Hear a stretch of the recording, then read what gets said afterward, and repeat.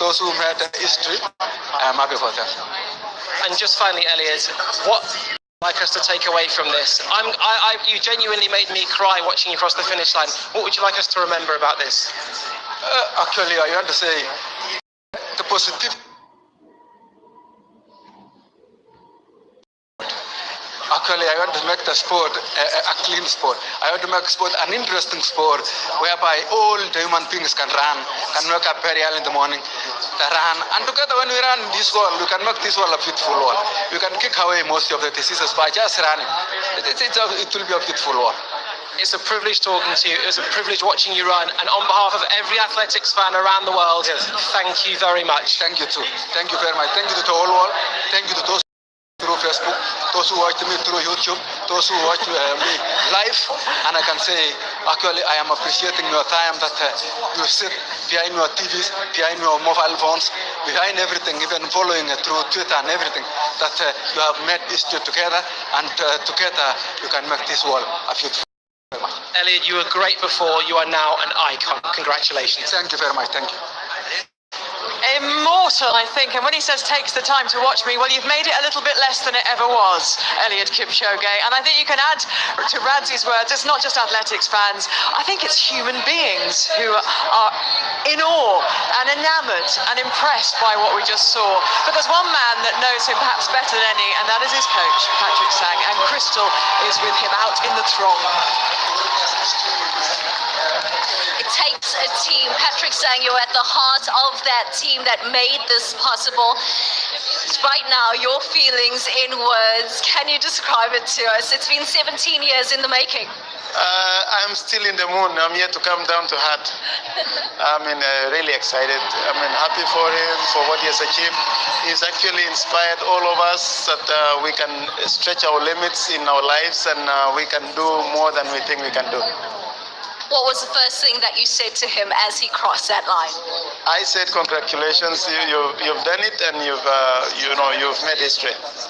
Was there ever any doubt, and what was it like actually watching it from the sidelines, knowing that you've done all the work you could have done?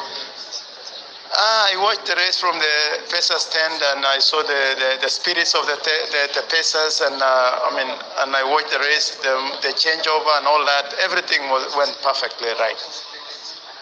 What do you think this means, not only for Eliud, but for the rest of humanity?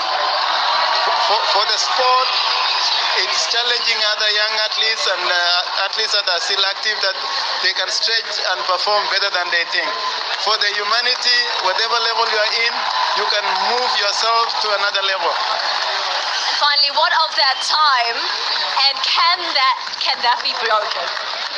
Of course, Eliud has told us that the records are meant to be broken. So I'm sure down the road somebody will come again and say, I want to try it. But history has been made. The first time to run under 2 hours is unbelievable. What a moment. Thank you so much. Thank you very much. Thank you. Thank you for all the people who came to watch, the supporters who came from all over the world to watch. Thank you very much. Thank you. Well, I'm delighted to say that Jim side of the studio, because you've got to go off and do the presentation. This was Eliud's dream, but it was your dream as well. What does it feel like to see it come into fruition? Sensational, really. It's quite difficult to believe it's actually happened because it happened so quickly. But that last kilometre, where he accelerated and he came through on his own, it was superhuman, really. I can't believe he did it. I can't believe he ran the first half. He ran the first half marathon in less than an hour, and then he had to do that again. The mind boggles for anybody who's just a normal human being, and these guys aren't. But the pacemakers, the technology, and everything that you have added into this mix, to see it come off today.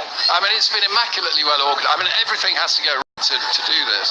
But I think it's so nice to see the Pacers being part of this, because normally running is such a solitary sport.